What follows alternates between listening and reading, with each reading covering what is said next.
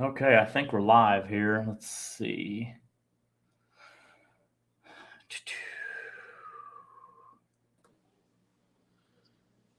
Can you hear me, Alex?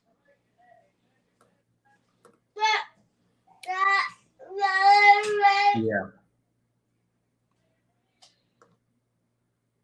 Okay, let's see if I get the comments. If you're on, give me a thumbs up. It's the second show so far with Twisted Cat. Got a few people on here. And just going to go over a couple things. We got guest Jordan Collins is going to be on tonight. He's been fishing for several years, and we're going to see what he has to offer, as in some things he's learned and all that. He's only 24 years old. I just found out tonight. So, back when I started Twisted Cat 9 years ago now, I was just a little bit older than him and still pretty young in the sport. And now, seeing a 24-year-old, that's pretty cool. Hey, Randy, how we doing tonight? So real quick, I'm going to go over the Alton, Illinois tournament real quick. We've got 64 teams. We're going to have a 75 boat max field. Host hotel this weekend is the Best Western Premier in Alton, Illinois. Also, give me a thumbs up to make sure everybody can hear me good. I still got the mic. I'm actually at a hotel in St. Charles, Missouri. I just got in tonight, so doing it from a hotel instead of the studio, I guess. So the studio office. Hey, Mr. Mitchell. So just give me a thumbs up if you can hear me good. And then, like I said, a couple of things I wanted to go over on this tournament. Again, we'll have a non-mandatory meeting this Friday night from 5:30 to 7:30. That'll be at the Best Western Premier in Alton, Illinois at the host hotel. They still have rooms available. Make sure you get booked. And again, 5:30 to 7:30 this Friday night will be the non-mandatory meeting. We're going to try to do a Calcutta. We'll have some merchandise for sale. Talk about the season. This is our season opener. A lot of new things this year, so we're really excited about. Also, I had 319 Bait. Mr. Jeff called me this week and said, hey, I got a bait business in St. Charles, and I'd like to sell bait. If any anglers are coming to town, need bait. And he's going to sell it for $1 a shad, which is very cheap. That's a good price. So, let's see. Okay, I'm just making sure I'm on there good. So, if you want bait this weekend, after this live feed, I'm going to post a picture of Jeff's business card, his phone number, all that stuff, and then you can call him.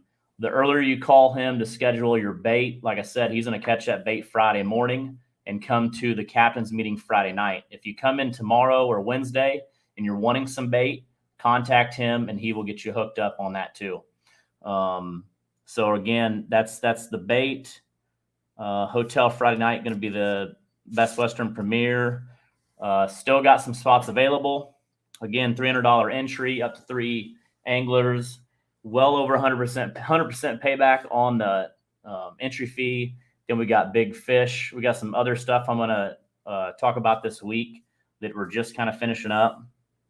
So really excited about that. If you have any questions about this event, I think I had 5 calls today about some, questions about ramps. Again, right now with the water levels, we're going to do boat check, live well check in Alton, Illinois at the amphitheater parking lot in the farmer's market, which is also the farmer's market parking lot. Once we check your live well, we'll check the first one at 5 o'clock. You can go and you can boat down to downtown St. Louis on the Mississippi River.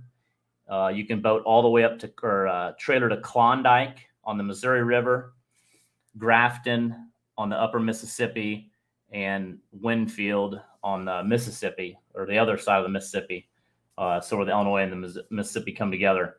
Once you put in, let's say you put in at Columbia Bottoms or you put in downtown St. Louis and you want to go to Chester or Cape, once you put in, you can take your boat as far as you want. There's no boundaries. You just have to be back to the weigh-in line in Alton at the amphitheater at 4:30, period. No questions asked. So make sure if you're going to make a long run or you're going to choose a ramp not there, right? Because you can put your boat in right there in Alton at the bridge. So once you start to trailer, you're at your own risk, making sure you get back in that weighing line at 4:30. At 4:30, we'll go to the end of the weighing line. The last boat in line is going to be the last boat we weigh. That's how that's going to go. So that is this weekend. And again, really excited about this year. We're going to have a great turnout this first event. And then we've got Truman Lake, a brand new event we're excited about coming up. So I'm going to add our guest, Jordan Collins. Let's see if I can add him. And looks like Seth just jumped on.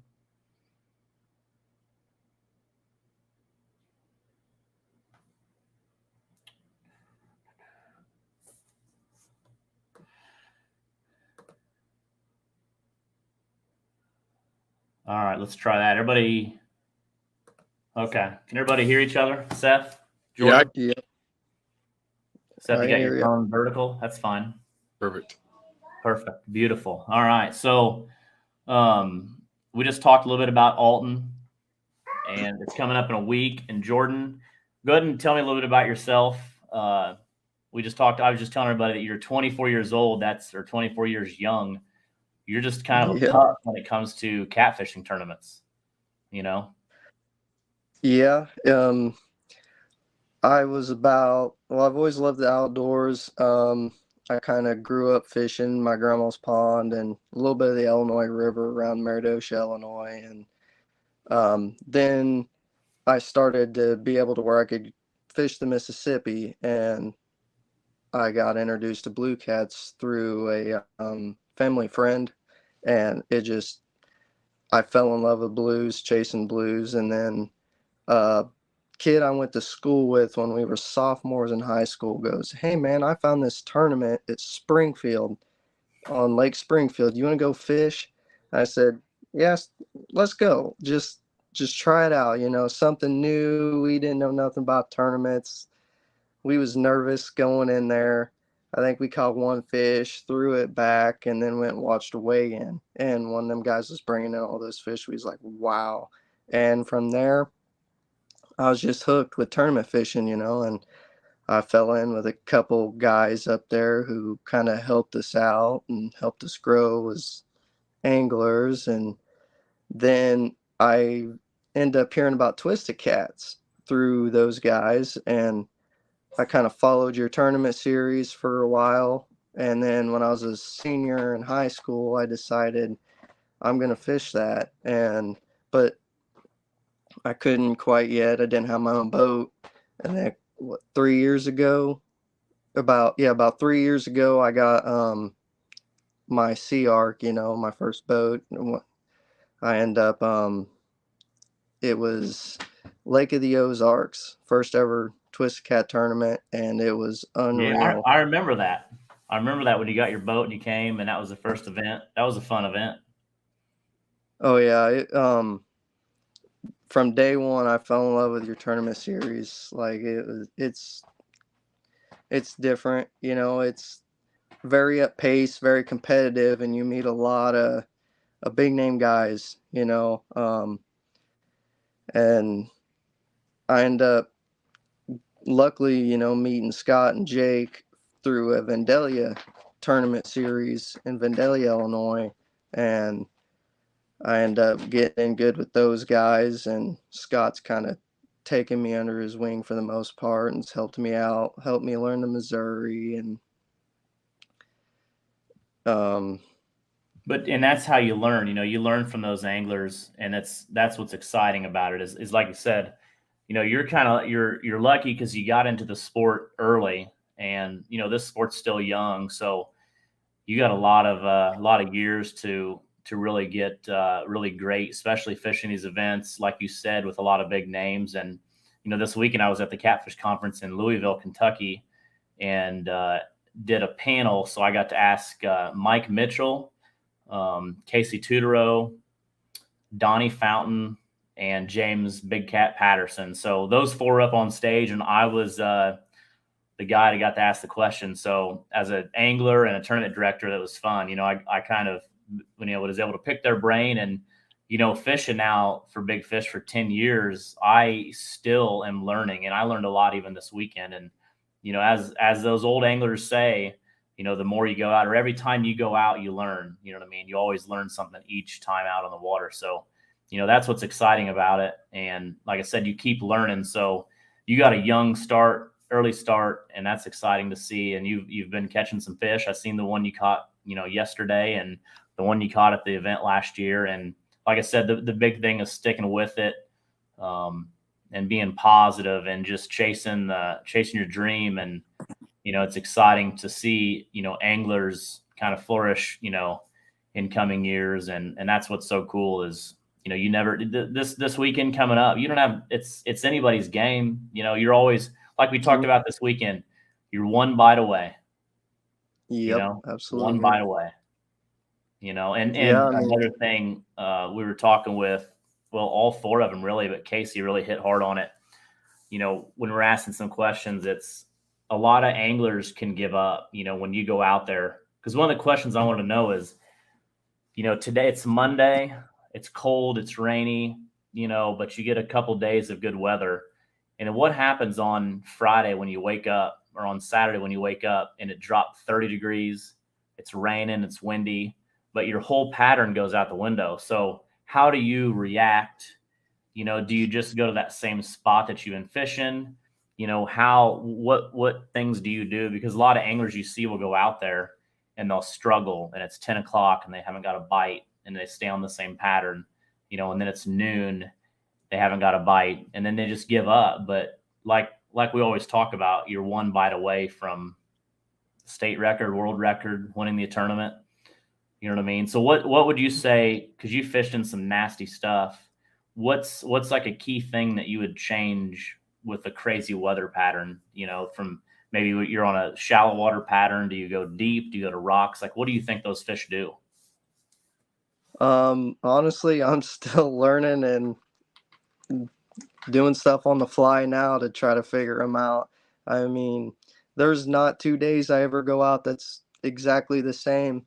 I always establish my pattern and then I stick to it. And then, like you say, 10 o'clock, no bites, no fish. You do kind of get a little antsy, but all you can do is just, if you're fishing deep water, swift current, maybe get out the current a little bit, a little shallower water, find a little deeper water. I definitely stand by my electronics, when it comes to that, because I do a lot of graphing. I probably do more graphing than I do fishing for the most part, and then once, if you're seeing those fish, you just gotta, if they're there, sooner or later they're gonna eat. Um, Look at Scott and Jake last year. They sat on one spot all day and they pulled out that 90 and that 88, and they said they didn't get that first big one until I think 10 o'clock or noon. Yeah. Both of my 65s, the one last year and then the one yesterday, I looked at the clock yesterday and both of them never hit till noon. At noon, I caught both those fish. So, and then that's a game changer. That shoots your confidence through the roof. Um, but just because something's not working right off the bat, I wouldn't necessarily say throw your pattern out the window or throw your game plan out the window. You got to make small adjustments as you go throughout the day. Um, and then, really stay true to yourself, really break it down.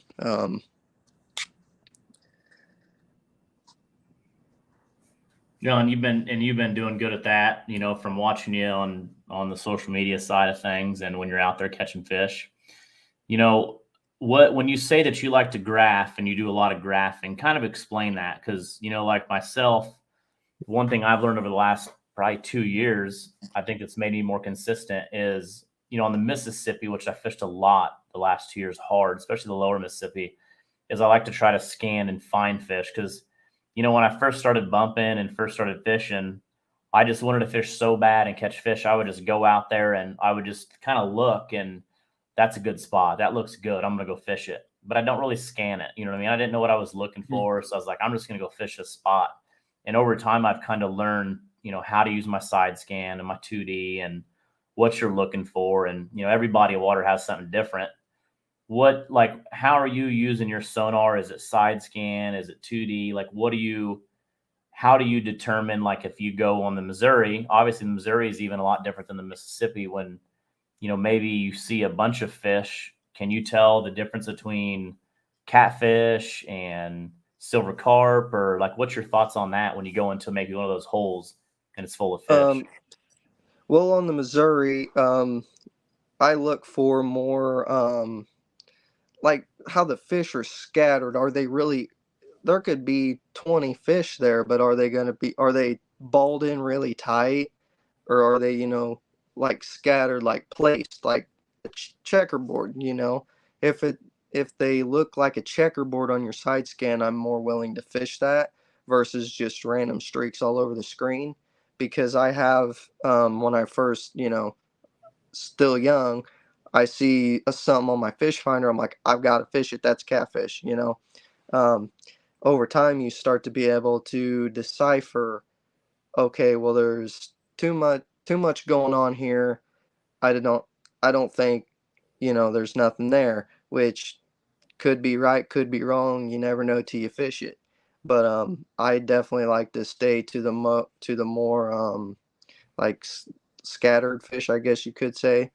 Uh, I really like to find one or two fish and target those over 20 fish. That makes me feel more confident that those are catfish versus carp or buffalo or, bait fish. Um, and then the Mississippi, um, pretty much the same way. When I fish the Mississippi, I pretty much target one or two fish at a time. I don't really target large schools unless for some reason my brain tells me, hey, that look, that's catfish.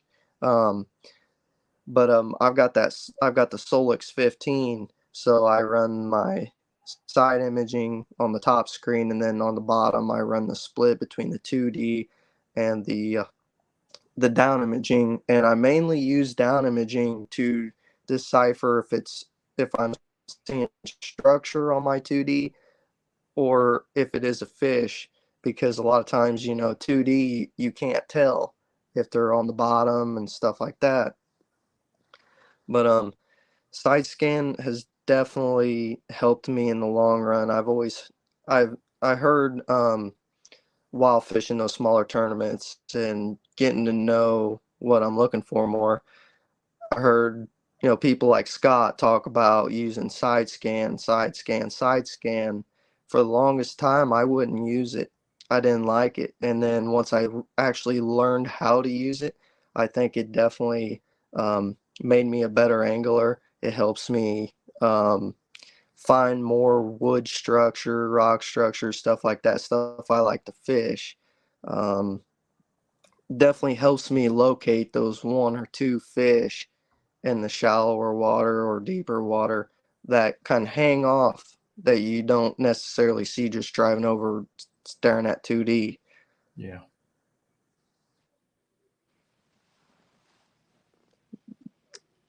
Um, when I'm on the Missouri, I do tend to hit about 11 to 15 foot. That's my favorite depths, 11 to 15 foot. I feel like the deeper waters just holds too much trash fish, Asian carp, etc. Um, and I really side scan's about all I use on the Missouri. And on the Mississippi, because it is a little deeper, I do tend to lean more towards my 2D and my down imaging. But that side scan, it definitely on those sand flats definitely comes in handy on the Mississippi. Yeah, and on the Missouri, a few weeks ago I was out there and I noticed, I was in the channel and some parts of the sections I was at was like 8 foot was deep. Like that was in the channel. Like you just couldn't find a Yeah. lot of deep water. So I think they're not even allowing a lot of barge traffic or anything on that. What do you, when you see a section of river that's so shallow? I mean, do you try to get, up or down from that and try to get into some deeper stuff, or do you ever try to fish that out in the middle, whether it's 8 foot? I have not, no. I like the channel swings. The channel swings where, like, if you're looking on the map or your graph, you see you got your dotted line for the channel. It'll come real close to the bank, and then it'll start swinging over to the other bank. And I like to fish along the edges of the channels and the channel swings. That's how I find my deeper water, and that's how I find majority of my fish. Um, I heard a lot of channel. I hear a lot of anglers talk about channel swing. So, as a tournament director, I start listening and learning, and a channel swing is what I continue to hear every time. It seems like whether it's cold or hot out. I mean, it's always channel swing. So Seems that that's the interesting. structure and those outside bends and swings like that. And yeah, as we know, the nastier the structure, the better the fishing. It seems like. Yeah, what's your oh take on yeah. you like fishing structure? I mean, hard structure. You think you pull a lot of more? Oh, I mean, more big fish out of structure. oh, absolutely. I think you get into that strong current, whether it be the Missouri or the Mississippi below dams, or just you get south of Alton, the current's a whole different breed. See, up here at home, there's times where it's a lake, and more times than not, and it can be tough fishing if you're used to just straight current. But that strong current, I definitely think that all that wood and that structure, the rock, definitely plays a big part. And just because you don't see anything there doesn't mean it's not worth fishing. Those fish could just be sucked in real Yep. tight. I've fished a lot of. Normally, if I find structure, I'm fishing it. I don't care where it's at. I'm at least gonna soak a bait for 10, 15 minutes, and more times than not, I pull fish off of it that I don't even see. Yeah. So even though that I do graph and live by my graph, at the same time, I don't really. Certain things I know that's holding fish, that prove themselves over and over. Um, I kind of, if it proves themselves, I'm not going to listen to the graph on that one. Yeah, 100%. I mean, you never want to get really kind of set on fishing that spot every time, over and over, unless, like you said, it always produces. But sometimes, especially when I was new, I would go on the river in my pool and I would fish the same spot every weekend or every time over and over, and it would do well a lot of times. But then as more anglers came along and they went to this spot and did better, and you just there's a lot of fish out there, and you just got to find a way that suits you and be confident in your gear and stay after it. If you keep fishing the Oh, same spot, you ever learn anything? It's just always the same over and over. yeah, I definitely agree with that. That was something that I was really bad in, even when I first started fishing your tournaments, and I think it hurt me more than helped me. Is here at home, I had a bad habit of jumping to the same 2, 3 spots I've always caught fish at. But after a while, or certain times a year, then fish move consistently. There's not always going to be fish there, and so every time I go out at home on my home water that I know, I still learn stuff every time I go out. For instance, Shane Wyatt brought a tournament to Louisiana or to Clarksville, Missouri, and I was out on my home water just looking for new stuff. And I found a dike that runs up and down the river. It's underwater. Never knew it was there, and it's almost like the underwater rock piles down there at Helena, Arkansas. I mean, fish was loaded all over up and down that thing, and I never knew it. I lived here and fished this water my whole life, and until that day, I didn't know it. So every time I go out, it don't matter where, I start blank scratch or blank slate, and then I go from there, hit new spots. Yeah, and like And what Seth that's said, that's so true. As an angler again, and with Twisted Cat, you take our first event is in Alton, Illinois, Mississippi, Missouri River, fast water, deep water, shallow, just everything. Well, then 2 weeks later, we're gonna go to Truman Lake, completely different body of water. And then from there, we're going to go to Fort Madison, Iowa, upper Mississippi River, Channel Cat, few flatheads. And then from there to Jeffersonville, Indiana on the Ohio River. So, like Seth said, if you fish the same body of water, the same pool time after time, you can only learn so much. But it's the anglers that I've seen over the years that when they travel, the Rob Benningfield, that can win a Ohio River tournament, win Mississippi lower and upper tournaments. Those are the guys that really have put something together. When you can go to different bodies of water and be consistent, because that is really tough. I mean, you can be really good on the Mississippi or the Ohio or the Illinois or Lake of the Ozarks, but when you can put it all together and go do, finish consistent at Truman, upper Mississippi, Ohio River, that is where, in my mind, I think you are one of the best anglers. You know what I mean? And like I said, over the last couple of years, Rob Benningfield is one of my top picks as the best angler I've ever witnessed. So, and like I said, there's a lot of great yeah, anglers out there. I'm not taking that away from anybody, but Rob Benningfield's figured something out. You know what I mean? So, 2 years ago, he put on a clinic on the trail. And he always does. And like I said, there's not many people because, from when I started 9 years ago now, and you fast forward to now, I mean, there's a lot of new anglers. And you take this weekend, we'll have probably over 70 teams. It's anybody's game. There's just, I mean, like you, I mean, you're new, but you're hungry, you're after it, you're out there, you're learning, you're practicing, you know what I mean? You're trying to become better. And that makes Rob have another, competition out there that he's got to go against. So that's what I like about Twisted Cat is it's not the same body of water, and anglers are really getting good. They're learning and they're chasing it. And that's what I love about it. So that's a good point to bring up. And that's what the anglers, James Patterson and Donnie and all them said this weekend is, getting around, moving around, talking to anglers. Once you get into the tournament field, you kind of, not that you throw your other friends away, but you become friends with a lot of people in the same sport. You know what I mean? And that's what's exciting. So,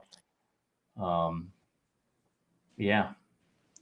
yeah, Rob. Rob. Fly him anywhere in the country, and he's gonna find the biggest fish in that water. And there's not a lot of guys out there like that right now. Pretty incredible. Yeah. 2 years ago when I was, or three, yeah, that year that Rob done really well. That was my first year on the trail, and I will say he definitely opened my eyes up with what could be done on a regular basis. But you got to think how much work that guy puts in. How long he's been doing it. That's what sets him head and shoulders above everybody else, because he's there doing it, and it takes time.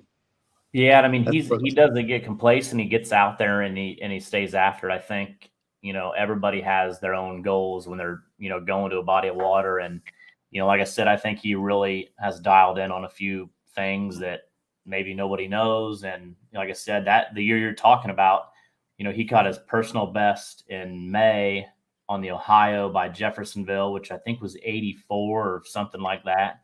And then in October, fast forward to the Mississippi. Well, then he won Cape in July. Then fast forward to October in Crystal City, and comes in with his next personal best over 90 pounds. So I mean, that's doing something. Absolutely. Yeah. So let me ask you this about bait. A lot of anglers and people, especially this weekend at the Catfish Conference, you always hear big fish. To catch those big fish, you're gonna have to have big bait. So do you believe? I guess kind of just go over your bait. Is it got to be fresh? Does frozen work? Is it times of year? A lot of people say, it's March, it's colder water, it's only shad. Don't use skipjack. So, like, what's your thoughts on that? Because I've heard some people catch. I think Mississippi State record was on a hot dog. So, I mean, obviously you can get lucky, which I'd rather be lucky any day. But what's your thoughts so far, what you've learned on bait? Well, I can't speak for skipjack. I've heard that it works really well in cold water. I've never had none to try in cold water, but shad, once the water is cool in the spring and wintertime, is definitely my go-to. And I always start with like real small pieces of bait, work my way up, If I'm fishing three rods, I'll throw a small, a medium, and a big size piece of bait out and try to figure out what they want. Um, but when I am on the Missouri River, you can believe that one of my pieces of bait is going to be giant, and that's what I caught my big one on last year. And then I do tend to I'd like the giant pieces of bait, during the summer. I try to get the biggest piece of bait that I can get on a hook without, drowning out my hook. But like Alabama, I'm dragging whole skipjack. Miss I think it all depends, on the body of water you're fishing as well. You're not going to go to Fort Madison, Iowa any time of the year and throw a very large piece of bait because, I mean, it's channels. There is some flatheads up there, but I don't really go up there that much, so I don't really catch them. But once you get Alton and south, I think everybody tends to start using the pretty big pieces of bait. But elephants do eat peanuts, so don't ever write anything off. I've heard a lot of big fish caught on a quarter-sized piece of bait. Yeah, Seth, maybe that needs to be the slogan at the end. Elephants do eat peanuts or something. Well, yeah, I'm guilty of the same thing though, Jordan. I up here fishing for channel cats, I'm liable to put a 16-inch shad, just cut the tail off it and double hook rig it. I love throwing big baits. Alabama, the CR tournament, I don't think I threw a skipjack that was less than 8 inches long. I mean, I don't know, something about it. Yeah, I think it's a Last year? mixture of things. I was down in, I think it was maybe a MRM tournament, and I was with Donald Moore and Charles Blair, and it was hot out. We didn't do too good, but we were just kind of in the middle of the channel fishing some nasty rock. And I put a big sinker on to stay close to the boat. And I think Donald made fun of me and said something about, I don't know. And I said, you know what? I'm going to catch a fish on the tail. So I literally, this small tail section that somebody had cut off, the midsection, not much meat. I hooked it, threw it in, and literally like in 3 minutes caught a 57. So was that luck? Absolutely. I mean, I'm sure it was the right place, right time. The bait just went right in his mouth or something, but you definitely have that, but I wouldn't want to have 6 tails out when I'm fishing for sure. Right. No, I tend to scrape them off to the side in case I run out of bait, but I normally don't ever run out of bait, so I don't use too many tails. I will say I've caught flatheads on the tails. I don't know if it's just because it looks alive there in the current, but yeah, I think you catch the right fish in the right mood. I mean, they're going to eat anything. All the stuff that they puke up in the live well and stuff, I mean, we talked about it the other day, Alex. I mean, they're puking up rocks and everything else. So license plates and little shoes, and you never know what you might come out of there. Yeah, no, I've seen a lot of crazy things, like turtle heads. Oh, yeah.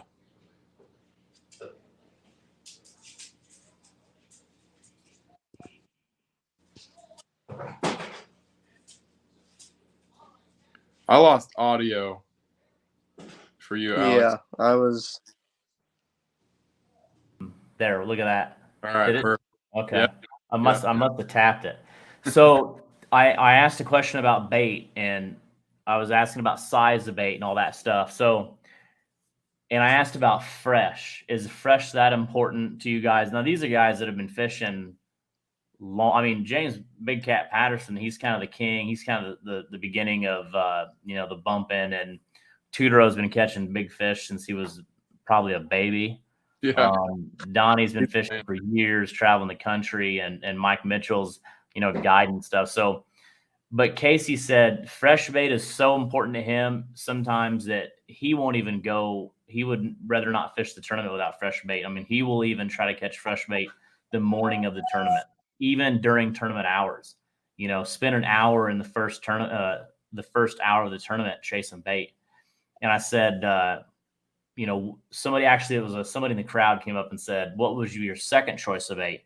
And he said he's even went to the pet store and got mice. Now, I don't know that it was him, but he said he knew like a buddy or something. So, and then somebody said that they use ducks or birds, black birds or something, which I don't know if that's legal or not. But anyways, the main thing is those anglers said fresh is best, obviously.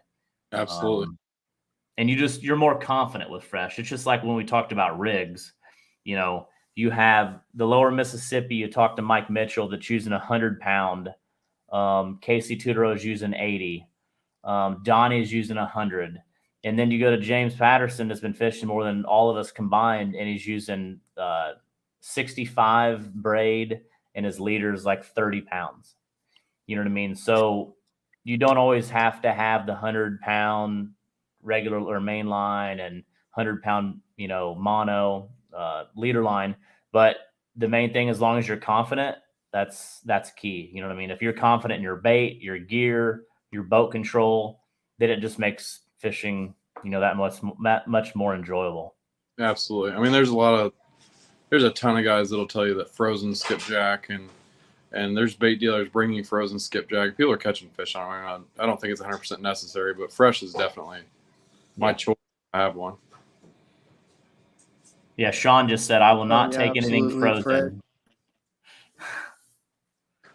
Say again, Jordan? Absolutely. I think fresh is definitely key. But what I've noticed, I did some playing with some frozen skipjack, and we was catching a lot of fish on frozen skipjack, but it had to be like pulled out of the cooler, had to be like barely being able to cut it, and then you're trying to weave it on a hook, and if it wasn't that hard when you threw it out, we wasn't catching fish. Yeah, I mean, I use a lot of frozen bait, fishing tournaments, but it's bait that's been caught, preserved good, going to the freezer, and then there's that thawing process that years ago at a catfish conference that Carl Morris Jr. went over, and he explained how to, when you take it out of the freezer, poke a hole in it so it lets the gases out, put it in the fridge, so it slowly thaws, and that's kind of why we're doing that now. And a lot of anglers are taking freezers as bait has become a little harder to get, taking a freezer to an event, which we took a small freezer to Helena last year in the back of the truck. And then we got there and we carted it into the hotel and then just kind of worked out of it throughout the week, for pre-fishing and stuff. And there's been a few tournaments that we've used frozen bait and done very well, but I think there's a difference between good frozen bait and bad frozen bait. If some of that falls out and it's like a mush and it won't hook, like you said, then, again, you might have that one tail fish that might catch, but you're just not going to be confident. You know what that tells me about Casey? Oh, no. Not that he's confident in fresh bait, but he's so confident in his fishing ability, he's willing to give up an hour of tournament time to catch bait. Absolutely, yeah. That's how good he is, yeah. I don't like taking bait out. I don't know about wasting an hour. Do what, Seth? I don't like taking bait out of the water in a tournament. I got another rod with fresh bait ready to drop in while I'm reeling one in. I mean, I don't like having bait out of the water in a tournament. Yeah, if you're moving around all day, you can't catch fish. I mean, obviously, if there's no fish in that spot, but bait in the water is better than bait not in the water. That's another one right there. Write that down.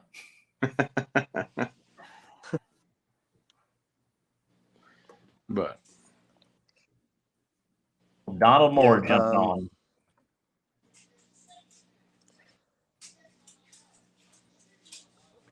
Go ahead, Jordan.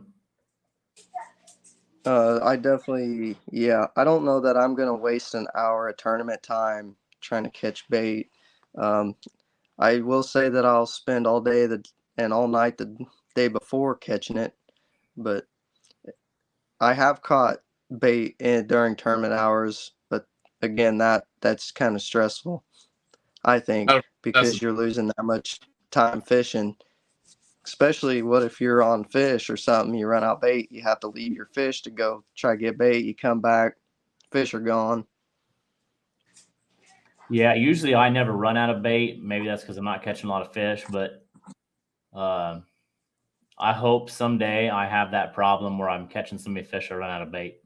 Yeah, I mean, when we bring 2 or 3 coolers full of skipjack to a tournament, I mean, I don't think we're going to run out. Michael Mitchell asks, he wants some advice from you on the dikes, edge, middle, etc. So, obviously the few weeks ago when I was out, it's definitely different with the water being low, and you have so many different types of, box and, L dikes and all that. Like you might have a current seam or a blowout, I guess, as they call it, through the middle where there's some current going through and maybe creates a big hole. What do you find this time of year? Like, what are you looking for? Are you looking for that current seam on the outside edge on the channel side, or maybe like a big back eddy and some deep water, in that box dike? Like, what are you looking for? Well, this time of year, I've noticed that I've been finding more of my fish on the current seam on the channel side versus like when it's later in the year, January, December type. I've noticed that I find more of my fish in the deep hole in the back eddies in the back of the dikes. But I definitely like the blowouts. I tend to stay around the blowouts and the current seams on the channel sides. And then Old Crow says wintertime, trail dikes or wing dikes. I guess you kind of go over that a little bit. Yeah. I like L dikes. I have noticed I'm getting a little better at figuring out the wing dikes, but I fish more L dikes. I stick to the L dikes a little bit more. But don't get me wrong, there's some big fish laying behind some of those wing dikes. What are the ones, I guess, where it's like like almost completely boxed in, and actually I went in one of them a few weeks ago and I hit right when I went in, but I mean, it was almost completely boxed in, but I got in there and it was just like a pool. I mean, not a lot of movement, but there was a lot of structure in there. So maybe when the water was higher, it brought a lot of that stuff in there. Yeah. You ever done anything like that? I don't try to get in. I don't try to go in them because I got a couple of those here at home. They just run straight up and down the river. They look like you can get in, but like you said, you try to get in, you're gonna hit something, tear out lower unit. And I've never, unless the water is up over it, I've never really had very much luck in there. But I'm sure there's guys out there that can go in there and just catch 50-pounders all day, Yeah, that's Seth McAllister jumped in and said that's the ones that give the old prop a bumpy bump. And I definitely did that. Unfortunately, it wasn't my boat. So I told those Charles, I told him sorry, but I'm sure it was, the little bent prop. I said he probably did that, on another fishing trip. So Definitely. That's what makes him go 65 and that pro cat 240, right? yeah. Yeah, and like I said, it's shallow water, which I think Scott Linton was out there pre-fishing today. And before we jumped on here, it looked like, I don't know if the helicopter picked his boat up and set it on a sandbar or he meant to. So the two things we were talking about, are the fish shallow or was Scott just not paying attention? But it looked like he was fishing some of the shallowest water I've ever seen somebody fish. I think he likes to chase the fish he can see. That's the way it looked to me. He's just out there chasing around with a dead net or something. But Yeah, because I No, mean, I don't know you could how see the he sand managed ripples that. around his boat. So I mean, he didn't even need an engine for that. So he would be better off with like a mud motor, maybe. Hey, no power pulls necessary in that spot. Unless he He's Yeah. like, no, Well, unless he thought he could get a unless he he could thought he could have get a lost. big enough run at it where he could just glide over it. I wonder. Yeah, I wonder where that was at. If there's one of those, when they jump the road to another spot. Maybe he was trying to jump like one of those box dikes I'm talking about, but instead he hit the sandbar. So Didn't get the motor raised up fast enough, so it uh, stopped him. he's on now. Jake said it was a trim down for what moment, and then Scott said needed an airboat this evening. So yeah, I'm sure. Scott and Jake won last year with a pretty crazy weight, and obviously, shallow water is maybe where they were at. I wish I could share the picture. I don't know, of the but boat. I'd say there's probably a reason he was there. So we'll find out Saturday. Yeah. he posted it on Facebook though. A lot of guys have that misleading thing going on. Yeah. Yeah, he's Hey, trying Brett. to make us think it's in real shallow water when they're in deep water. I That's think what that, it is. I bet that's an old picture. I bet that's an old picture. What's up, Bradley? I wouldn't doubt it. That's funny. Talking about the prop, they say Charles keeps the prop shop in St. Charles busy. So, I seen a picture the other day, and they had it looked like they welded a pitchfork on underneath the lower unit. Because a lot of guys, I see them when they come through the weigh-in line, and I just wonder what in the world they were doing if they had a Charles Blair moment, because he was with Brian last year in one of the events pre-fishing and wasn't paying attention on the Mississippi. I think it was on an L dike, kind of went over it. And when he heard it, hit, instead of letting off, he just gave her all the juice and Let her eat. trim down for what? And his prop looked like a spaghetti plate. I mean, it was not good.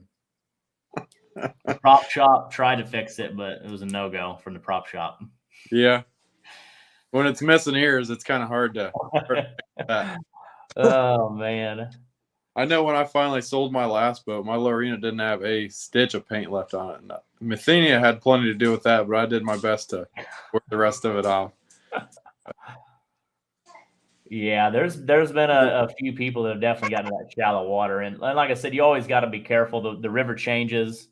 You just got to be careful and know what you're doing, and use that sonar, because that sonar tells you a lot. I mean, obviously, you're always using your eyes, but the sonar is definitely going to help you out.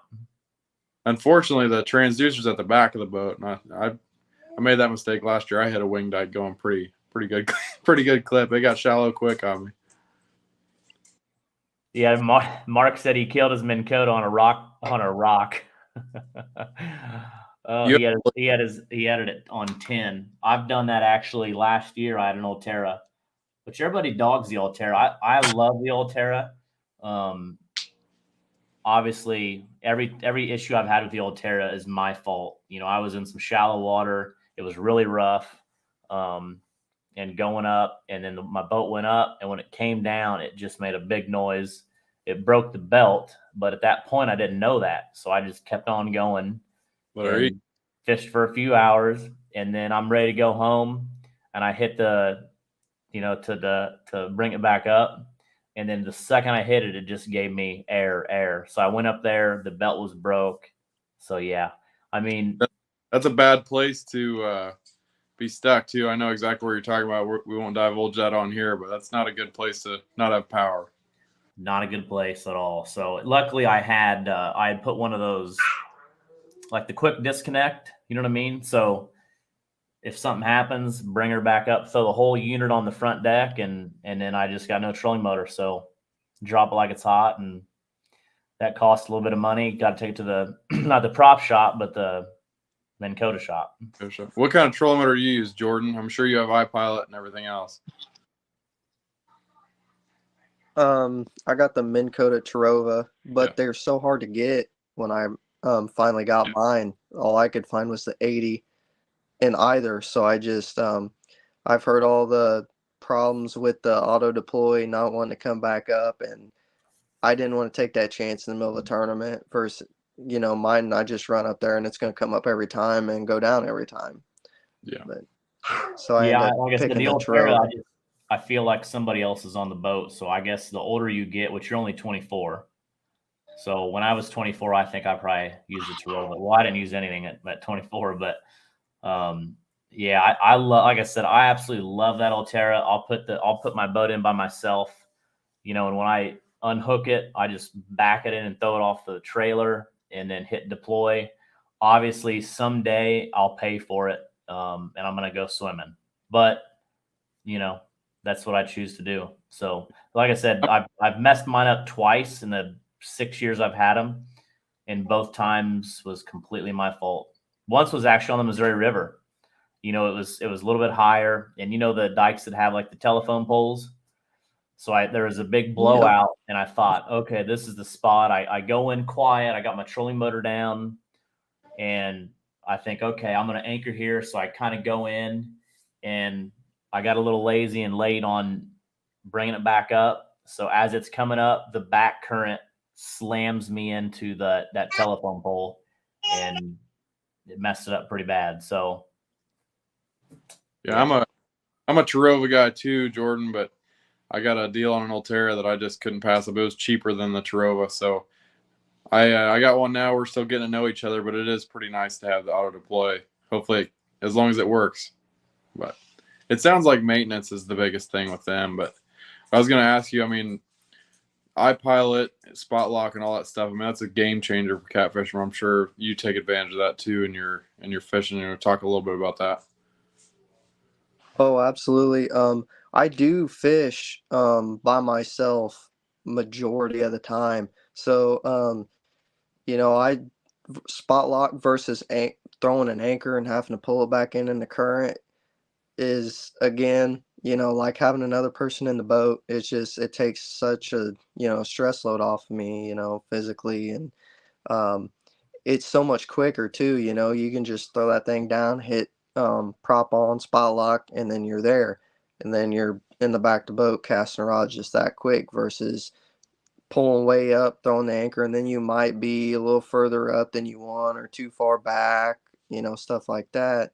And then if also with that trolling motor, if you're running the spot lock, you can, if you do mark your one fish, and you're not, after you spot lock and you're not set up on anymore how you want to, you can also move that. You can use it to move your boat right, left, up, down, whatever, and to get exactly where you need to be.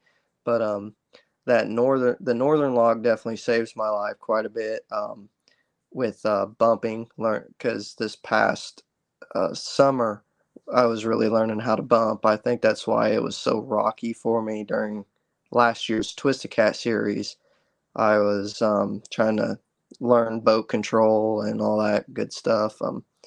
But when it comes to dragging baits at like Wheeler Lake or any other lake, it's a lifesaver. You just set your speed, hit that northern lock wherever you want to go, and then takes you straight line. You don't have Absolutely. to really worry about anything else. Absolutely. See, I know you have a Solex. Do you use the link at all to drag like down Wheeler?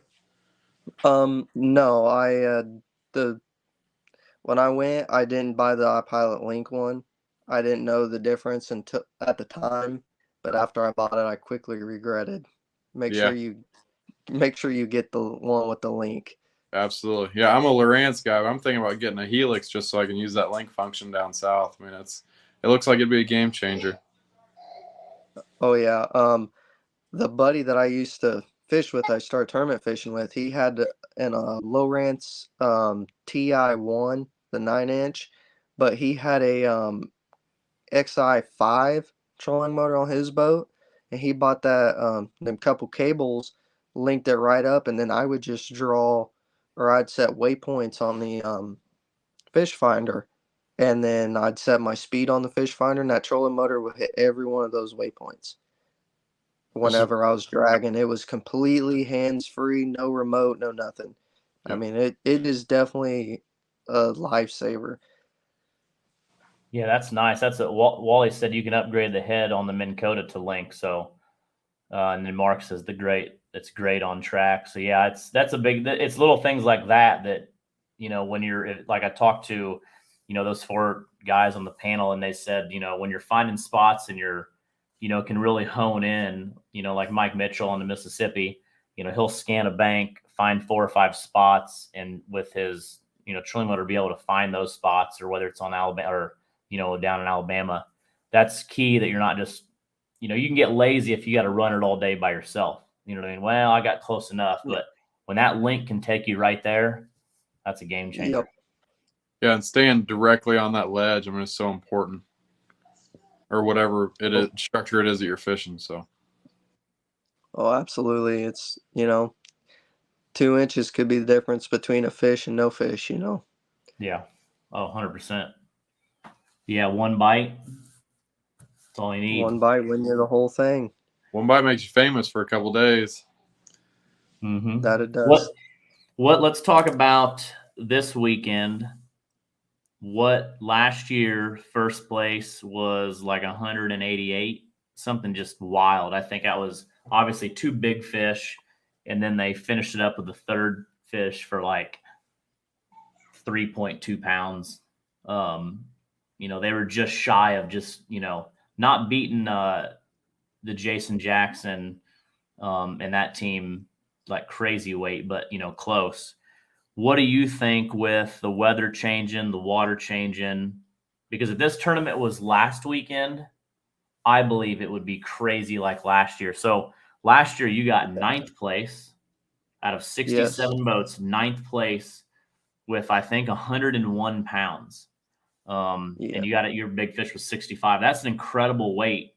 You come to the weigh-in, I bet you were thinking, I got a good chance. Over 100 pounds in 3. I gotta be in the top 3. Yeah, I was on top of the world. I knew I probably wouldn't be in the top 3, but I figured I'd been up there a little higher. And then it took forever. If you remember right, it took forever for those bigger weights to come in. But once they come in, they came in bunches. And I think over half the competition weighed, and I was in like 5th place or something. I'm like, oh yeah, this is nice. And then just one after another started falling. I'm like, okay, you guys can quit now. I get it. But it was definitely an experience. It was a great experience for me. Really opened my eyes to what I, can be capable of. Made my hunger, made me want to get after it more. Yeah. What do you think it will take this weekend? Let's I'm going to write this down because I'm kind of curious to come back to this. I'm going to write it down, and then we'll ask everybody watching. We'll do a hat giveaway for anybody in the comments. Write down. Well, I'm going to ask you too, but anybody in the comments, write down total weight in 3 fish. Comment that, and then with that, put big fish. So I don't know, with the water and the weather, I'm going to say, but we got some great anglers. I'm going to put this in the comments too. I'm going to say big fish is going to be 76. And let's see, total weight, I'm going to go 146. So I'm big fish 76, total weight 146. What do you got, Jordan? That's tough. I think it's going to be around the 125, 130. Just because of the change in the temperature, which I very well could be wrong. I know last week for me it was tough, but there's hidden gems out there. 67 teams so far. We had 67 last year. I think we're right around 62, 64, and I know several that have still got to sign up. So, well, I'm thinking we'll hit 70. So 70 some teams, somebody's going to get on them. It's no doubt, I think it's going to take probably 125, 130. And then big fish, I'm going to guess is going to be around 70, probably 70 pounds. All right, so 70 big fish, and then what do you say total weight? Let's go with 130. 130. All right, Seth, what do you think? Well, you know me, Alex. I always shoot for the moon. You did last year. You shot beyond the moon. I don't even know what you call that, but I mean, it's I just have a lot of confidence in these guys. I watch them bring big fish in all the time. I total weight, I'm gonna go 163. that's a bag right there. And big fish, because I haven't seen one in person yet, I'm gonna go 101. Well, you know what? I was on the phone with Nate Moore last night. We were talking about some rap stuff. He's actually does the plaques with Classic, big sponsor. Actually, that's kind of a plug right there for Nate at Classic. But he went pre-fishing. I don't even know what today's Monday. A couple days ago, and he said he had a good day. I think it was the Missouri River, but he said he lost a big fish. And I love this. I hear this a lot. So I'm waiting for this to happen to me someday. But he said he had one. It went down and he went up and he couldn't get the turn, and then it popped. So, like I said, I've been fishing a lot of years and I've not had that happen yet. Someday I want one I can't get to turn. I'm going to jump out of the boat and let it pull me. Oh yeah. But yeah. So I'm going to try to have Nate on here in the next week or two. The goal is to have the winners of this weekend's event on next Monday night. And then probably the next Monday night, we're going to bring in Nate and really dive into the one that almost pulled the boat, the one he couldn't get turned. I tell you what we're going to do this year, I just decided, because we're going to fish a lot together, I think. I'm going to keep a set of water skis in my boat. And every time we get a big takedown, I want you to get on those skis and jump out of the boat, and I'll hand you the rod and see if it can pull you down the river. That's good. I do like that. That's funny. I just seen Sean just post. He said, "You are good at going out of the boat with fish." So, Sean, there is a little more of that story, because I think Douglas knew that I was going to fall out of that boat, and that was a big fish. We didn't get a weight on it. I'm going to say it was 70, 80, whatever. But, when I leaned it over, he bit down on my hand hard, and I don't know, I lost my footing. I think Seth McAllister, if he's still on here, I think he pushed me. The video, what's weird is the video, once I started going, you couldn't see the bottom of my feet, but the video quit and then turned back on. So there's something more to it. But I tell you what, falling which it was April and it was a little chilly. I mean, I had my boots on, my steel toe boots, jeans, and it sucks falling in. And it was, it is funny and the video is hilarious. But, if I was by myself, that could have been extremely dangerous, because it happened so fast. And the next thing I know, my hand's on a rod holder and I'm looking up, completely drenched. My sunglasses are still on. Well, you came water so fast. I think your hair was still dry. Yeah, I think my hair was still dry, and then I swim over. So, the funny thing is we caught that was the first fish in the first 10 minutes. So the rest of the day, I'm in my underwear with just my rain suit on. So me, Steve Douglas, and Seth McAllister fished the rest of the day, and I was in my underwear. But that's scary. Fishing. Crazy thing happened. You know what I mean? How strong those fish are, and we've all grabbed a hold of them. I mean, if he decided he didn't want to let go of you, he'd drag you down pretty good ways, I bet. But yeah, that's a crazy thing to happen. Your hand, that was what, April 2021, and not a lot of people knew it, but your hand was still messed up until about 3 or 4 months ago. It was all swollen still and red. Yeah, it was, because them fish had bacteria, but with the way that fish grabbed me and it turned, it just tore my hand apart. Yeah, it was messed up in half. Man, it was rough. Sean also brought up, and this was a few years ago. This was actually the last year at Columbia Bottoms. They were on an Easy Cat. I'm trying to think whose Easy Cat that was.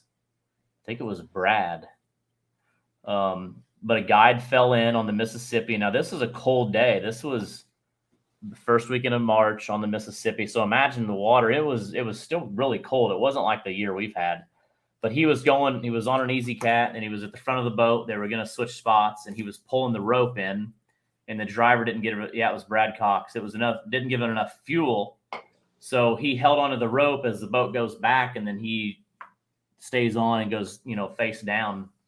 And I remember I was setting up. It was early. It was cold. I was still a little tired, because I spent most of the morning probably waking my help up like I do with Seth every morning. But yeah, right. You're always the last one out of bed. But anyways, Alex, I'm out of the shower before you wake up. So Bird calls me, and Bird calls me a lot. He loves to chat, and I'm thinking, okay, I'll call him back. Well, then he calls me again, and I'm like, he's probably got another fish story. So the third time he calls me, I'm like, okay. So I answer, and he's like, hey, we just had a guy go in the water. We're on our way.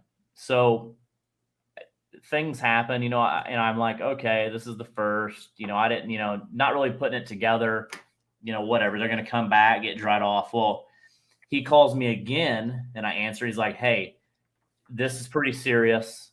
We're going fast. You know what I mean? And then my truck's been running for a little bit. So I drive down all the way to the bottom of the ramp at Columbia Bottoms, got the heat seats on, the heat cranked. I mean, it's really hot in the truck. Brad pulls up, and I won't mention his name, but he was, if you didn't know him, you really wouldn't know how serious it was. But since I knew him, it scared me because he was out of it. Like, it was starting to really affect him, because he still had all of his wet clothes on. They didn't have an enclosure. So he gets out of the boat, and I helped him to my truck. And like the communication we had, it was weird because he wasn't himself. You know what I mean? So I got him in the truck.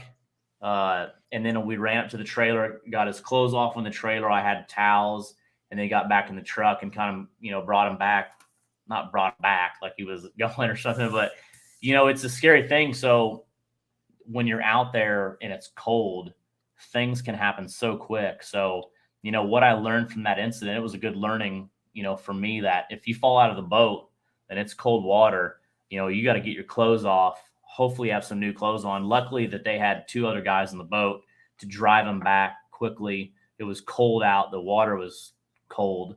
That can all be dangerous. So. Yeah. Some people will correct me in the chat, I'm sure, but I think it's if you fall in the water below 50 degrees in 2 minutes, you're in hypothermia, I think is what the rule is. So, I mean, they can get pretty scary out there, especially this time of year.